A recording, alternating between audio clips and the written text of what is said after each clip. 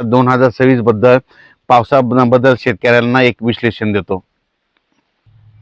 आणि 2026 ला पाऊस सरासरी इतका पडणार आहे, म्हणजे तुम्हाला सांगू इच्छितो, समजा एखादा समजा परभणी जिल्हा असेल, समजा बीड जिल्हा असेल, तर बीड जिल्ह्यामध्ये दरवर्षी काय असतं, कधी कधी 550 मिलीमीटर, 500 मिलीमीटर, कधी 650 मिलीमीटर पाऊस असा पडत असतो, म्हणजे सरासरी त्या बीड जिल्ह्याची संपूर्ण सरासरी। तर 2025 ला काय झालं की बीड जिल्ह्यात जवळपास 1200-1300 मिलीमीटर पाऊस पडला, काही काही ठिकाणी 1400 पण गेला। मग तितका असा म्हणजे जसा 2026 ला म्हणजे दुप्पट असा पाऊस पडणार नाही, सरासरी इतका म्हणजे जेमतेमच पाऊस पडणार आहे, मात्र पिकं खूप चांगली येणार आहे, म्हणून हा अंदाज सर्व शेतकऱ्यांनी लक्षात घ्यायचा। जितका पाऊस कमी राहतो ना त्यावर्षी पिकं चांगली येतात, कापूस चांगला येतो, सोयाबीन चांगलं येतं, तूर चांगली येतं, पांढऱ्या तुरीला चांगला उतार येतो, म्हणून हे सर्व शेतकऱ्यांनी लक्षात घ्यायचं। आणि जितका जास्त पाऊस तितका नुकसान शेतकऱ्याचं होतं। आणि 2026 जर सांगायचं झालं तर काय होणार, थोडा पाऊस कमी राहील, पण काय होणार आहे, सप्टेंबर ऑक्टोबरच्या दरम्यान जे परतीचा पाऊस येईल त्याच्यामध्ये काही काही भागाची सरासरी ओलांडून टाकेल, म्हणजे काही काही मग परतीचा पाऊस काही काही भागामध्ये ते देखील चांगला पडणार आहे, म्हणून हे देखील सर्व शेतकऱ्यांनी लक्षात घ्यायचं। आणि बऱ्याच मला शेतकऱ्याचे फोन आले की यावर्षी आंब्याला खूप मोहर आलाय, तर मी सांगत असतो ना आंब्याला आला, पण तुम्हाला एक सांगतो, मी म्हणत असतो फक्त गावरान आंबा जर पिकला आणि टिकला तर त्यावर्षी पाऊस कमी पडतो, त्यावर्षी म्हणजे पाऊस कमी पडतो, दुष्काळ पडतो, असं मी स्वतःचा प्रॅक्टिकल अभ्यास आहे। आणि मग बरेच जण काय म्हणले की मेसेजमध्ये त्यांचं असं होतं की ते म्हणले की यावर्षी मग सगळे दुसरे पण कधी फुटते, तर तुम्हाला एक सांगू इच्छितो, फक्त मी म्हटलं गावरान आंबा, फक्त गावरान आंब्याचाच उल्लेख केलेला आहे।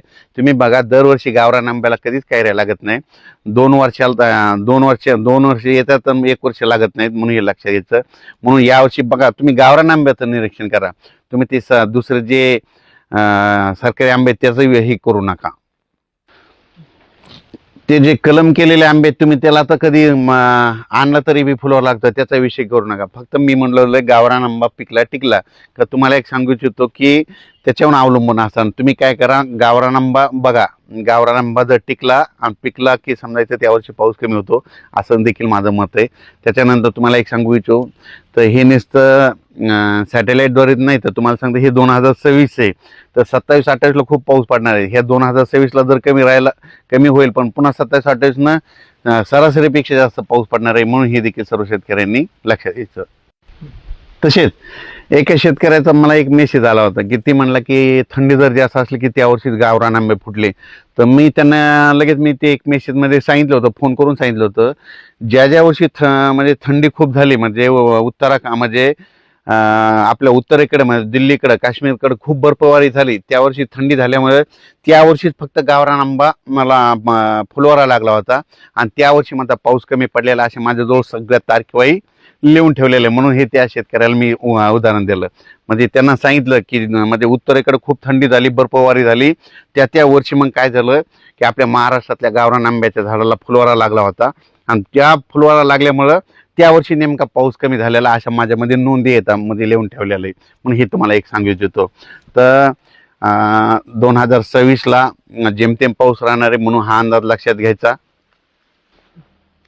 कमी पावसावर येणारी पिकं करा, म्हणजे त्याच्यामध्ये कापूस करा, तूर करू शकता, सोयाबीन करू शकता, लवकर येणाऱ्या जाती करा, लवकर येणाऱ्या जाती सक्सेस राहिलेल्या आहेत, म्हणून हे देखील सर्व शेतकऱ्यांनी लक्षात घ्यायचं। म्हणजे जे माझं म्हणणं आहे, निसर्गावर शेती केली पाहिजे। निसर्ग म्हणतो पाऊस जास्त आहे तर पावसावर येणारी पिकं करायची, निसर्ग म्हणतोय थंडी जास्त थंडी येणारी पिकं करायची, निसर्ग म्हणतोय ऊन जास्त आहे आभाळ जास्त आहे तर मग वेलीवर्गीय पिकं करायची, हे सांगू इच्छितो।